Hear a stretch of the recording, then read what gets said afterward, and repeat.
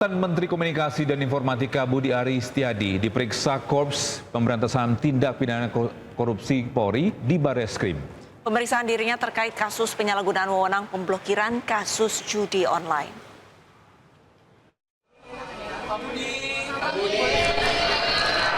Budi Aris diperiksa selama 2 jam namun enggan menjawab terkait beberapa pertanyaan yang diajukan penyidik kepadanya. Budi mengatakan ia wajib membantu polisi dalam memberantas kasus judi online di lingkungan Kementerian Komunikasi dan Digital.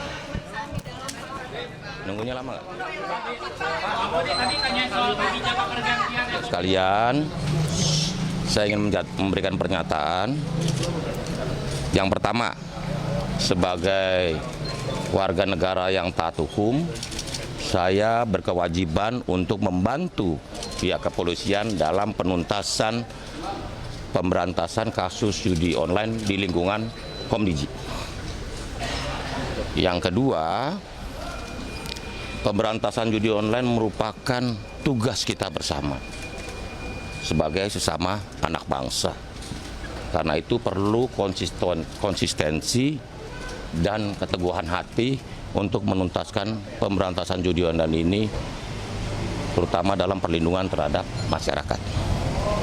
Yang ketiga, mengenai materi dan isi keterangan yang saya berikan hari ini, silahkan ditanyakan kepada pihak penyidik yang berwenang. Tapi Pak, sebagai saksi apa pemeriksaannya? Betul, saya memberi keterangan sebagai saksi. Karena itu berhenti memfitnah dan memframing, karena dia akan...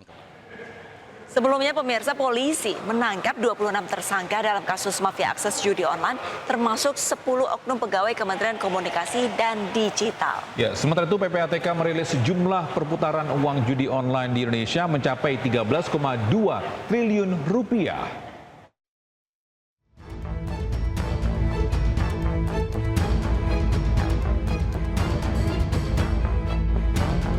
Kasus mafia akses judi online di Indonesia yang melibatkan pegawai Kementerian Komunikasi dan Digital terus diusut.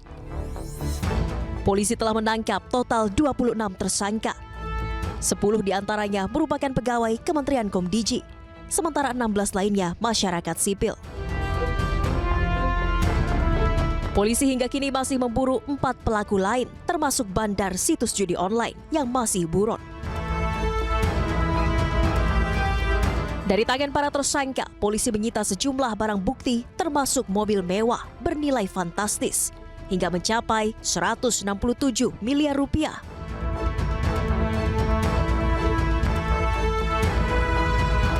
Kasus mafia akses judi online turut menyeret nama ex-Menteri Komunikasi dan Informatika Budi Aris Setiadi. Ia digadang-gadang mengetahui terkait praktik judi online yang dilakukan oknum pegawai kementerian yang pernah dipimpinnya.